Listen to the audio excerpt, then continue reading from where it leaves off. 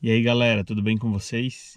Então, no vídeo passado a gente falou um pouquinho sobre a gente, se apresentou, falou um pouco da nossa história e faltava falar um pouco sobre o nosso carro e sobre como foi essa preparação toda para essa viagem. Nesse vídeo a Gabi não vai estar aqui porque eu vou falar um pouco mais sobre o carro, então essa parte fui mais eu que cuidei de ir atrás dele, de escolher, de definir qual ia ser. Claro, sempre com a participação dela, sempre perguntando para ela o que ela achava, o que ela achava melhor. Quando a gente começou a pensar na viagem, vieram 4 ideias na nossa cabeça. Uma era comprar um motorhome, a outra era comprar uma picape e fazer um camper nessa picape, a outra era comprar um SUV e colocar uma barraca de teto, e a outra ideia era comprar um SUV e fazer algo dentro, que a gente pudesse viver exatamente dentro da SUV. De cara, a gente excluiu o motorhome porque quando a gente começou a pesquisar, a gente começou a perceber que os motorhomes hoje no Brasil eles são muito caros. Então você pega um motorhome novo hoje, ele não custa menos do que 500, 600 mil reais. A gente não tem como gastar R$ 500 mil num veículo para nossa viagem. A nossa segunda ideia foi ir atrás de uma picape para montar um camper atrás, seja esse camper móvel, seja fixo. A gente não tinha muito bem essa ideia de como que a gente ia fazer esse camper. A gente procurou algumas empresas que produzem esse tipo de carroceria, esse tipo de camper, e também para a gente acabou ficando um pouco caro, porque ele fica um preço muito similar ao do motorhome e na verdade ele não traz o mesmo conforto que tem o motorhome. Então ele estava muito fora do nosso orçamento, ele estourava demais o nosso orçamento e mesmo assim, se fosse para a gente escolher um camper hoje, a gente preferia com certeza ter um motorhome e não um camper.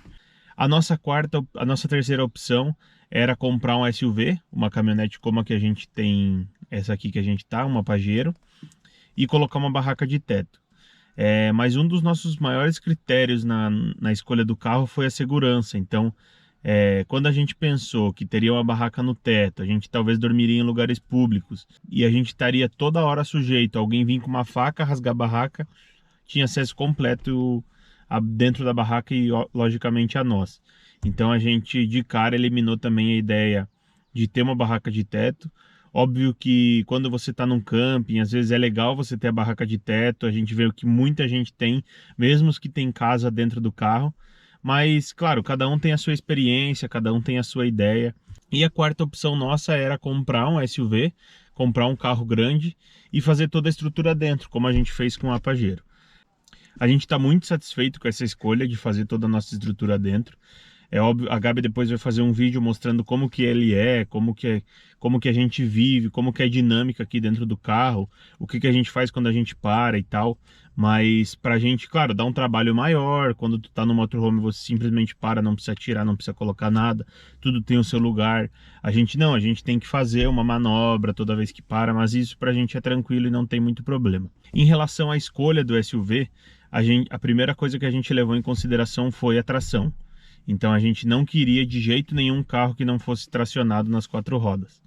Isso eliminou bastante coisa e naturalmente o segundo quesito que fez a gente escolher um carro assim foi o tamanho. Então geralmente os carros desse tamanho, eles têm tração nas 4 rodas. Todos os outros concorrentes da Pajero, eles têm tração nas 4 rodas, então já deu uma grande filtrada em outros possíveis carros que a gente poderia encontrar. Basicamente a gente tinha 6 carros como a Pajero para escolher. O primeiro era a Pajero Full, que é essa que a gente tem. O segundo era a Pajero Dakar. O terceiro era uma Hilux SW4. O quarto era uma Nissan Pathfinder. O quinto era uma Land Rover Defender. E o sexto era uma Chevrolet Trailblazer. A gente começou a analisar esses 6 e a gente foi por ordem de eliminação, tirando o que a gente gostava e o que a gente não gostava. Praticamente todos a gente viu por dentro, a gente foi atrás para ver como é que é, para ver como que é a motorização, como que é o câmbio, como que é o espaço interno e tal. Então eu vou falar mais ou menos para vocês o que a gente eliminou de cada um deles. Então, para começar, a Chevrolet Trailblazer. Ela é um carro que a gente não gostou muito da parte interna dele.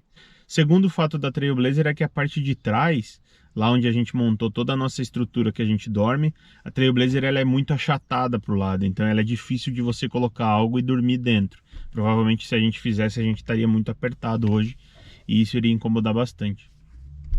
Esse também foi um fator que fez a gente excluir a SW4, porque a SW4 ela é um carro muito curto também, então isso ficava difícil para a gente. A Pajero Dakar também, ela tem essa largura do carro um pouco menor, então também dificultava. Esses foram os 3 carros que a gente excluiu: a Pajero Dakar, a Chevrolet Trailblazer e a Toyota Hilux SW4. Sobrou pra gente basicamente 3 carros: a Nissan Pathfinder, a Pajero Full, que é a que a gente tem hoje, e a Land Rover Defender. A Nissan Pathfinder é um carro muito legal. Provavelmente, se a gente estivesse em outro país ou tivesse algum lugar onde tivesse acesso melhor à Nissan, a gente provavelmente teria escolhido. Eu sempre, particularmente, sempre gostei muito da Nissan Frontier, que é a picape da Nissan. E a Nissan Pathfinder basicamente é um SUV montado em cima da Frontier. O que fez a gente não escolher esse carro? A Nissan trouxe muito poucos carros para o Brasil através de importação direta, então a dificuldade de encontrar peça para esse carro é muito grande. Ele compartilha algumas coisas com a Nissan Frontier, mas a maioria do carro você tem que importar peça, demora, é difícil. Para cada 20 Pajeros Full que existe, só tem uma Nissan Pathfinder. Então ele foi, desses 3 últimos, foi o primeiro carro que a gente excluiu por esse motivo, apesar de ser um carro que a gente gosta muito. Então a gente ficou pensando entre uma Pajero Full ou uma Land Rover Defender. A gente gosta muito da Defender, acha um carro muito bonito. Quando a gente vê um preparado para expedição, a gente pira, assim, a gente acha, pô, que carrão massa e tal. O que a gente levou em consideração? O conforto da Land Rover Defender não é muito bom. Então a parte interna a gente não gostou, a gente achou que é um carro um pouco desconfortável, ele é meio um tratorzão assim, ele tem os detalhes bem duros. Logicamente, ele é um carro todo mecânico, ele é um carro que tem muito pouca elétrica embarcada, então ele fica muito difícil de quebrar, ele é um carro forte, um carro que aguenta quase tudo. Mas a gente não queria necessariamente um carro que fosse simplesmente bruto, simplesmente forte, mas que não nos oferecesse conforto. Afinal, aqui é a nossa casa e a gente sempre prezou por um pouquinho mínimo de conforto assim. Então esse basicamente foi o motivo de a gente não ter escolhido a Land Rover Defender, além do preço, né? Então, depois que descontinuou a produção do antigo Defender, os preços dos carros usados Land Rover Defender aumentaram demais. Então, para nós ficou muito difícil comprar um carro de 120, 130 mil, como é o preço que está uma Defender hoje, mais ou menos na idade desse que a gente comprou. No nosso processo de escolha, teve um cara que foi fundamental para nós, o Marlon. Ele é um cara que tem uma empresa, chama Carro Favorito, o nome da empresa dele. E o Marlon, ele é basicamente um procurador de carro. Então, ele pega um carro, ele meio que destrincha o carro e vê tudo que ele tem de positivo, tudo que tem de negativo, tudo que tá bom. E é muito importante a gente, independente se você não tem ideia do carro que tu quer, ou se você já tem um carro que tu tem em vista e tu quer saber como é que o carro tá, é muito importante tu contratar um perito automotivo. E o nosso serviço com ele foi de busca de carro. Então, a gente falou, não, Marlon, a gente quer um carro para isso, para isso, para isso, para isso. E ele concordou que a Pajero Full era o melhor modelo para nós. E aí ele começou a busca da Pajero Full. Foi muito legal. E a gente conseguiu encontrar essa aqui em Santa Catarina, em Florianópolis. E assim, o carro estava muito bom. Obviamente que tinha alguns defeitos que o Marlon conseguiu encontrar que eu de forma alguma sozinho não encontraria.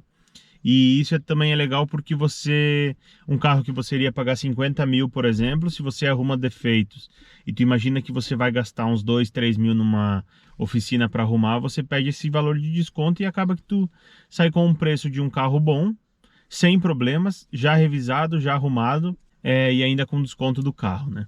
Depois que a gente comprou o carro, teve mais 2 caras que foram muito, muito legais com a gente, que foram essenciais assim na nossa preparação da viagem, que foi o pessoal da Stop Center, oficina de Balneário Camboriú.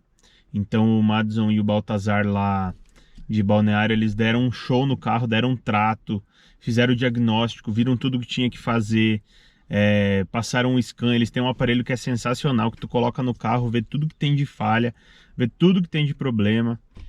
Então eu queria deixar meu agradecimento tanto para o Marlon quanto para o pessoal da Stop Center aí de Balneário, para o Madison e para o Baltazar.